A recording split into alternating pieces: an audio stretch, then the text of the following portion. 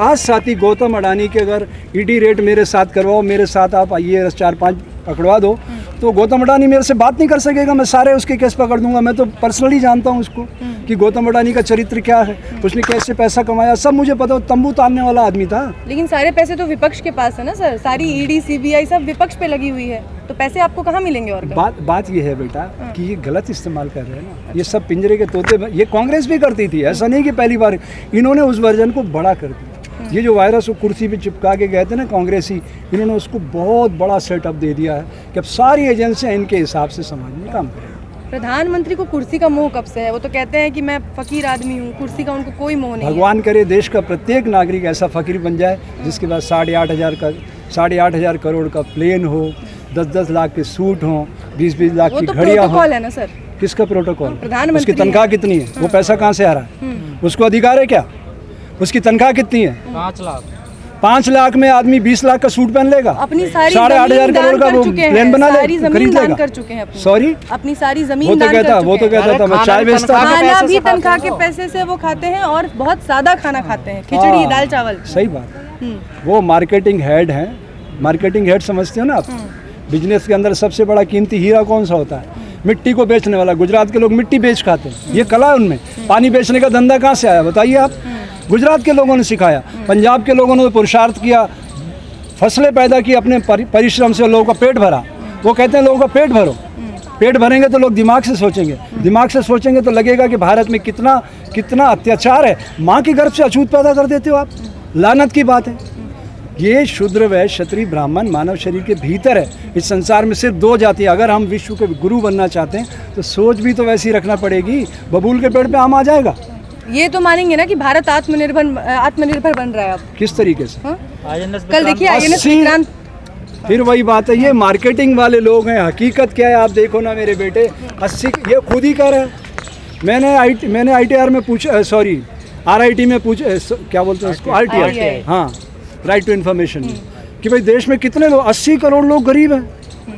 मतलब वो झोले लेकर इनके प्रधानमंत्री के फोटो लेके घूम रहे हैं कि हमें राशन दो।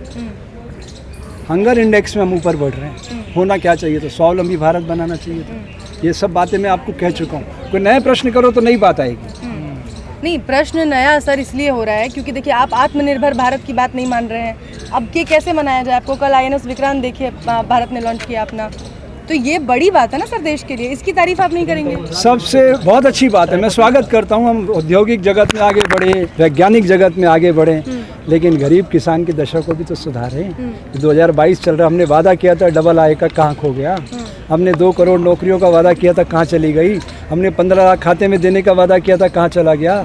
GDP कहाँ चली गई है? आप ओरिजिनल स्थिति सारी व्यवहारिक धरातल पे अध्ययन करो तो समाज का आपको लगेगा। तो नई बात, आप नई बात करने की बात कर रहे हैं तो नई बात कर लेते हैं। प्रधानमंत्री के आने वाले 2024 में चुनाव हो जाएंगे, ये बताइए प्रधानमंत्री के लिए दावेदार आपकी नज़र में कौन है नया? हर वो MP दावेदार है जिसकी पार्टी बहुमत में आती है। मेरा ये कहना है कि हम अमेरिका नहीं है, भारत है। भारत में सीधा प्रधानमंत्री नहीं चुना जाता है। मैं हर बार कहता हूँ आप अपना MP चुनो, और वो जो घोषणा पत्र लाता है उसको डिलीवर करने के लिए एक इलेक्ट्रॉनिक बॉन्ड भरवाओ। एक थोड़ा सा करेक्शन है, ये वही भारत है जहाँ स्टेट्स के चुनाव प्रधानमंत्री के चेहरे पे हो रहे हैं और जीत रहे हैं। तो यही तो मैं कह रहा हूँ, भीड़ तंत्र है ना। लोकतंत्र तब आए, पंचायत चुनाव तक हो रहे हैं। यही तो कह रहा हूँ मेरे बेटे, ये लोकतंत्र नहीं है, इसे आप भीड़ तंत्र कह सकते हैं। लोकतंत्र के मायने हैं जनता का, जनता से, जनता के लिए। जनता की भागीदारी के बिना कैसे लोकतंत्र विकसित हो जाएगा? आप बताओ, जब साड़ी पे, पाजे पे, मुर्गे पे, दारू पे, पैसे पे वोट खरीद रहे हो लोग, ये तो मजाक है ना मत के दान का। इसका नाम क्या है? मत का दान। दान कर रहे हैं, वो हमारे भिखारी है। ये नरेंद्र मोदी बनारस जिस इलाके से ये MP बना है, उस क्षेत्र के हर नागरिक का वो भिखारी है। उसके सामने वो आंख खोल के बात नहीं कर सकता। एक भिखारी की औकात कितनी होती है? लेकिन ये परिस्थिति कब बनेगी? जब जनता जागरूक होगी। आपको तो खुशी होगी, हिंदू धर्म तो मजबूत हो रहा है, लोग जाग रहे हैं, धर्म को पहचान रहे हैं। देखो, ये हिंदू धर्म नहीं है, हिंदू धर्म को कलुषित कर, नष्ट कर। हिंदू धर्म तो ये सिखाता है कि मन वचन कर्म को एक करो, और वो धर्म नहीं है। धर्म बहुत बड़ी चीज़ है, वो पंथ है। जैसे मुस्लिम, सिख, ईसाई, जैन, बौद्ध वगैरह वगैरह, ये सब पंथ हैं। तो 33 करोड़ देवी देवता प्रतीकात्मक माने गए, अब 138 करोड़ है। भारत का प्रत्येक बच्चा एक देवी देवता के रूप में इस धरती पे मौजूद है, ऐसा मैं मानता हूँ। और हर बच्चा एक नई जनरेशन का प्रतिनिधि। तो मानते हैं ना कि हिंदू राष्ट्र बन रहा है। हिंदू फिर होगा, हिंदू एक जीवन पद्धति है। राष्ट्र क्या होता है? ज़मीन का टुकड़ा होता है। आप किसे राष्ट्र कहते हैं? ज़मीन के टुकड़े को आप किसे राष्ट्र कहते हैं? नागरिकों के सामूहिक चरित्र से राष्ट्र बनता है, और हमारा चरित्र तो कितना सरल है भारतीयों का। तो यहाँ सामूहिक चरित्र बन तो रहा है, लोगों को मंदिर चाहिए। ट्विन टावर गिर जाता है, उसके बाद कहते हैं यहाँ मंदिर बना दो। पढ़े लिखे लोग एक जैसा सोचने लगे हैं, अनपढ़ पढ़े लिखे सब एक जैसा सोचने लगे हैं। सबको मंदिर चाहिए, किसी को एजुकेशन नहीं चाहिए, किसी को रोजगार नहीं चाहिए। ये सब तो चरित्र एक हो गया। ये सब डरे हुए लोग हैं बेटा। जब तक निर्भय नहीं होंगे, जब तक ट्रेनिंग नहीं होगी, जब तक भारत में पॉलिटिकल ट्रेनिंग स्कूल या इंस्टीट्यूट नहीं खुलेगा, तब तक लोगों को राजनीति के मायने ही समझ नहीं आएंगे कि राजनीति परमार्थ का, कल्याण का साधन है। राजनीति बिजनेस थोड़ी है। आप किस टाइप बिजनेस के लिए नहीं आते राजनीति में। यहाँ मदरसों पे ताले लगाए जा रहे हैं, हर मदरसे से टेरर लिंक जोड़ा जा रहा है, और आप कह रहे हैं कि हर धर्म के लिए यहाँ पे ऑप्शंस हैं, हर धर्म को खुली छूट है। बिल्कुल, हाँ। तभी तो लोकतंत्र स्थापित होगा। मैं तो कह रहा हूँ ये जितने लोकतंत्र स्थापित होगा, है नहीं लोकतंत्र। किधर है लोकतंत्र? अच्छा। 3 आदमियों ने नाग कंपनी बना के एस्टेब्लिश कर रखी है, नरेंद्र अमित गौतम अडानी कंपनी। गौतम का पैसा, नरेंद्र भाई अमित भाई देश चला रहे हैं, दोनों गुजरात से आ रहे हैं, और जनता बेचारी भोली भाली समझ नहीं पा रही देश में चल क्या रहा है। अगर देश में लोकतंत्र लाना है तो जितने धार्मिक संगठन है देश में, इनको सबको जिम्मेदार भूमिका में लाना चाहिए कि आप शिक्षा पे, रोजगार पे, स्किल डेवलपमेंट पे, मेक इन इंडिया पे क्या प्रोजेक्ट आपके दिमाग में बताओ। अरे लाखों संगठन है भारत के अंदर, FCRA में अनगिनत रजिस्टर्ड है संस्था। धर्म का काम करेंगे ना। सॉरी, तो धार्मिक संगठन है वो तो धर्म का धर्म काम की रक्षा करेंगे करेंगे ना। तो ना। धर्म क्या है? एक बच्चे को आप अगर एक दिन भोजन दे दोगे, दूसरे दिन फिर वो हाथ फैलाएगा। अगर उसे आप अपने पैरों पे खड़ा कर दो तो 10 के लिए रोजगार सृजित करेगा। तो अपने पैरों पे खड़ा करना धर्म है या अपाइज बनाना धर्म है? मेक इन इंडिया, आत्मनिर्भर बना तो रहे हैं सबको। देख भाई, नारा देने से जीवन नहीं बदलेगा ना। वो एक ठेले पे बैठा हुआ भी सपना देखता है कि मैं धरती का सम्राट बन जाऊं, वो बनता नहीं है ना। काम करना पड़ता है ना, और काम करने के लिए मजबूत इच्छा शक्ति चाहिए, और इच्छा शक्ति का अभाव है क्योंकि ये ईगो से ग्रसित है, मानसिक रोगी हैं, इनको सुपीरियरिटी कॉम्प्लेक्स है। इच्छा शक्ति कल दिखाई ना, देखिए INS विक्रांत बनाया भारत ने। देखिए वो अपना काम कर रहे हैं, ये आज नहीं बने हैं। हमारे परमाणु विस्फोट कब हो गए थे? हैं? विज्ञान IIT और IIM बने उसी दिन से तय हो गया था कि हम वैज्ञानिक धरातल पे आगे बढ़ेंगे। इसरो ने बहुत काम किया, अनेक संस्थाएं काम कर रही है। मेरा ये कहना है डिजिटल मीडिया का युग है। अगर हम डिजिटल मीडिया के जरिए सोशल मीडिया को बड़ा कर दें, और मेन स्ट्रीम मीडिया चूँकि उनकी प्राणवायु सरकार चलाती है, और सोशल मीडिया बड़ी हो जाए तो कितना अच्छा दृश्य उभरेगा देश सर, में। आप कह रहे हैं सोशल मीडिया बड़ी हो जाए, लेकिन लगातार सोशल मीडिया के जो चैनल हैं वो बंद किए जा रहे हैं। क्या बंद कर देंगे? यूट्यूब चैनल आपका है कि नहीं है? अभी आप मेरे को बाइट दे रहे हो, आपका अगर ईमानदारी से ये जैसे ही स्प्रे हुआ, आपने सही सूचना पहुंचा दी, आपको 50 लाख लोगों ने देखा, कितना पैसा मिलेगा? 1.25 लाख रुपए आप मेरे से कमा के ले जा रहे हो। मुझे तो 1 रुपये भी नहीं दे रहे हो ना। दे रहे हो? वो तो करोड़ों रुपए का सेटअप लगा के बैठे हैं। आपके पास एक छोटा सा मोबाइल और छोटा सा माइक है, तो ये है डिजिटल। लेकिन सर, सरकार को 1 मिनट लगेगा चैनल को बंद करने में। किसको?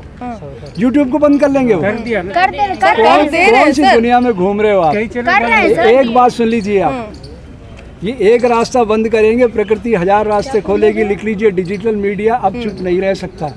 पूरी दुनिया में कितना बड़ा चेंजेस आ रहा है आप देख नहीं रहे, और जनरेशन 5 में ये सब ताकते रह जाएंगे। इनको तो सॉफ्टवेयर ही समझ में आप नहीं कौन आएंगे। से चेंज की बात कर रहे हैं? यहाँ लोग कह रहे हैं 2024 में भी मोदी जी रिपीट करेंगे, क्योंकि कोई विकल्प ही नहीं है देश के पास। धरती बेटा निर्बीज कभी नहीं होती, हमेशा याद रखो। हर युग में रावण था तो राम को आना पड़ा, कंस था तो कृष्ण को आना पड़ा। जब आतताई कोई अत्याचार बढ़ाता है तो स्वाभाविक रूप से प्रकृति अपना खेल खेलती है। प्रकृति के इस स्वरूप को आप समझो, प्रकृति से बड़ा कोई नहीं है। हम सब एक मच्छर से ज़्यादा हमारी हैसियत नहीं इस प्रकृति की बगिया में। अरे ये आपका दिल्ली, मैं जंतर मंतर पे खड़ा हूँ, यहीं से जब टेक ऑफ करता मैं बॉम्बे जाता हूँ तो देखता हूँ कि ये पूरा दिल्ली शहर 2.5 करोड़ लोग जिसमें रहते, पता है 1 मेंढक जितना दिखता है। सर, एक आखिरी सवाल ले लेते हैं। RSS को एक संगठन के तौर पे आप कैसे देखते हैं? जैसे इल्ज़ाम लग रहे हैं उस पर कि वो बम धमाके करवाता है, आज के दौर में आप कैसे देख रहे हैं RSS को? मैं जिस ज़माने में उस संगठन से जुड़ा हुआ था, उस ज़माने में बाबा साहब नाथोजी, कुशाभाऊ ठाकरे जी, ये दोनों तो ब्रह्मलीन हो गए, लेकिन लाल कृष्ण अडवाणी जी जिंदा है। ये हमारे प्रचारक हुआ करते थे, बौद्धिक प्रमुख हुआ करते थे। ये सब लोग हमें बस एक ही बात कहते थे, हमारे घर पे आते थे खाना खाने, हम एक ही बात कहते थे, रथ यात्रा बेटा भी एक निकालते दिन, थे आडवाणी। सॉरी रथ यात्रा भी निकालते थे। निकालते थे तो आडवाणी। वो नहीं, वो वही तो मार्केटिंग था इनका। ये तभी से तो ये गुजरात दंगे क्यों हुए? 1992 में आडवाणी जी को इन्होंने आइडिया दिया कि अपन राम मंदिर का प्रमोशन करते हैं। अभी तक तो ये धार्मिक चल रहा था, हिंदू मुस्लिम दोनों मिलके एक ही साइकिल पे कोर्ट में जाते थे। उस आंदोलन के जो जनक हैं दोनों, वो दोनों क्या नाम था उनका, अंसारी साहब और रामकृष्ण परमहंस, वो तो एक ही साइकिल पे बैठ के जाते थे। कितना प्रेम प्यार था। इन्होंने उस नफरत के बीज को विकसित कर दिया। इससे हमें जो है सत्ता में आने का मौका अडानी मिला। जी की कोई गलती नहीं है उसमें। 100% आडवाणी जी की तो गलती है। कहाँ बैठे आज मौनी बाबा बन के? उन्होंने जो किया उसका उनका भोग उनको भोगना पड़ेगा। ये राम मंदिर का कॉन्सेप्ट ही तो देश को बांटने वाला सिद्ध हुआ। तो ये कॉन्सेप्ट मेरा ये किसका था क- सर? हाँ? ये कॉन्सेप्ट किसका था? ये कॉन्सेप्ट आडवाणी जी का था। हाँ, तो आडवाणी जी कहाँ से थे? वेटिंग पीएम थे ना वो। आडवाणी जी कहाँ से थे? भाई देखिए, आरएसएस से जुड़े हुए थे। आरएसएस में सारे लोग आते, आरएसएस एक सागर की तरह। हाँ। हमें तो उन्होंने कभी नहीं रोका कि आप बीजेपी का विरोध करो, जनसंघ का विरोध करो, कभी नहीं रोका। और हमने खुल के विरोध किया। ये कोई गलती करते थे कि भाई इतनी संकीर्ण, हमने कहा हमें संकीर्णता पसंद नहीं है। हमारे पूर्वज पाकिस्तान से आए थे, सब कट गए थे। हम नहीं चाहते किसी घर में और ऐसा आपने तो गड़बड़। आरएसएस वाले कपड़े नहीं पहने ना सर, आपने तो छोड़ दिया ना। छोड़ दी। तो आपका विरोध क्यों करेंगे? नहीं, अरे बात ये है साहब, ऐसे कितने साधु जेलों में सड़ रहे हैं, हाँ। मैं आपको गिनती नहीं बता सकता। कितना साधु टारगेट पे है, आपको पता ही नहीं है। सबसे आसान काम है। संत आसाराम को कैसे घेरा इन्होंने बलात्कार में? अच्छा, तो बलात्कार ही नहीं है साधु आसाराम। टारगेट पे है और साधुओं के टारगेट पे लोग नहीं है सर। जो 2 दलित बच्चियों का रेप हुआ है, साधु अरेस्ट हुए। संत आसाराम इनका खास व्यक्ति था। इनको तो प्रमोशन करता था वो, इसको बहुत पैसे दिए, मंच दिया, और ये उनके चरणों में बैठते थे सारे लोग। उसको तो प्लानिंग के तहत फंसाया आसाराम गया। निर्दोष है, हाँ? निर्दोष मानते हैं आप? देखिए एक बात सुनिए, जोधपुर जेल में 2013 को जब वो आए, सारी मीडिया, मेन स्ट्रीम मीडिया खड़ी थी। उन्होंने कैमरा मेरी तरफ लगा दिए। मैंने कहा आपको टीआरपी नहीं मिलेगा, मेरी बात दिखा दोगे आप। सिर्फ 2 लोग इस सत्य को जानते हैं, एक वो बिटिया जो आरोप लगा रही है, और एक बापू आसाराम। तीसरा इस धरती पे कोई नहीं जान सकता इसका सत्य क्या है, क्योंकि वो कह रही छेड़छाड़ हुई। अच्छा, बलात्कार की बात करते हो, बलात्कार की पुष्टि कौन करता है? मैं करता हूँ, आप करते हो, या डॉक्टर करता है? डॉक्टर करे। डॉक्टरों की मेडिकल रिपोर्ट कहाँ हुई थी? दिल्ली में। घटना कहाँ की थी? जोधपुर की। अरेस्ट कहाँ हुए थे? इंदौर में। आप बताइए, मेडिकल टीम दिल्ली ने कहा कि बॉडी पे बिटिया के स्क्रैच भी नहीं है, फिर बलात्कार में सजा कैसे सर होगी? मोलेस्टेशन नाम की चीज होती है, पॉक्सो लगा था उनपे। हाँ, पॉक्सो, बिल्कुल सही कह रहे हैं आप। उसके बेटे पे क्या लगा? मोलेस्टेशन होता है सर। ये आप तो सुप्रीम कोर्ट के जस्टिस की तरह बात कर रहे हैं, बॉम्बे हाई कोर्ट की जज की तरह, कि अगर कपड़े के ऊपर से किसी को छू दे तो मोलेस्टेशन नहीं है। बेटा, अब उसके लिए निशान तो नहीं होगा ना सर? बेटा हाँ। आप एक बात बताइए, वो साधु हैं और उनके पास लाखों अनुयायी हैं। अगर वो ऐसे होते तो आज लाखों लोग राम उनके साथ- रहीम भी साधु थे सर, हाँ। लाखों करोड़ों अनुयायी कल जो उनके थे। कर्नाटक से देखिए, अरेस्ट मैं हुए वो जिनके भी साधु बारे में हैं। पर्सनली जानता हूँ उनके बारे में बोलूँगा। मैं ईश्वर को साक्षी मानकर कहता हूँ, संत आसाराम बापू का पूरा परिवार निर्दोष है। उनको षड्यंत्र पूर्वक नरेंद्र दामोदर दास मोदी ने सर फंसवाया। मैं भी एक लड़की होने के नाते ये बात कह सकती हूँ कि मुझे कोई इस तरीके से छू के भी जाए तो मैं बता सकती हूँ कि उसने मुझे गैर इरादतन छुआ है या इरादतन छुआ है। तो आप उस लड़की की बात को कैसे नकार सकते हैं? अब वो बिटिया अगर उसका नार्को हो जाए ना तो पता चल जाएगा। वो तो बार ये बार नार्को आसाराम बापू से क्यों नहीं करवाते आप? करवाओ ना, कौन मना कर रहा है? सिस्टम उनके हाथ में है। जब सारी चीजें, मैं एक आरोप लगा रहा हूँ, चलो नारायण आसाराम बापू को छोड़ दो, उसके लड़के का नाम सुना आपने? नारायण साई का 12 साल पहले बलात्कार हुआ, ऐसा वो 2 बालिकाओं ने आके कहा कि आसाराम बापू ने, नारायण साई ने, दोनों ने मिलकर बलात्कार किया। और इसकी पत्नी है ना, आसाराम जी की पत्नी और आसाराम की बहन, सॉरी आसाराम की बेटी, उस लड़कियों को लेके जाती है। क्या ऐसा होता है बेटा? ये सब है ना, गुजरात से पूरा षड्यंत्र चल रहा था। जब आप अंदर जाओगे, घुसोगे, आप तो पत्रकार हो, इन्वेस्टिगेशन करोगे, आपको पता चलेगा कि इसमें असली कहानी कुछ और है। ये जो दिखाया जा रहा है यही सच नहीं है। इसके पर्दे का सच कुछ और है जो असल में छुपा लिया गया। वो जब तक सामने नहीं आएगा। संतों को बदनाम किया जा रहा है भारत में। अरे किसको बदनाम नहीं किया जा रहा? आप एक बात बताइए, सुब्रमण्यम स्वामी क्या कह रहा था कि बापू को ईसाई मिशनरी ने फंसाया, कह रहा था। सुब्रमण्यम स्वामी तो इनका ही आदमी है। स्वामी तो ये भी करा, अम्बेडकर ब्राह्मण थे, क्या मानोगे उनका? वही तो मैं कह रहा हूँ बेटा, बात को समझिए। एक एक चीज को हम लेके चलते हैं, यही तो पॉलिटिक्स है। सुब्रमण्यम स्वामी ने उस समय क्या कहा? ईसाई मिशनरियों ने फंसाया, राइट। ईसाई मिशनरी अगर फंसाती तो पूरी बीजेपी सड़कों पे आ जाती।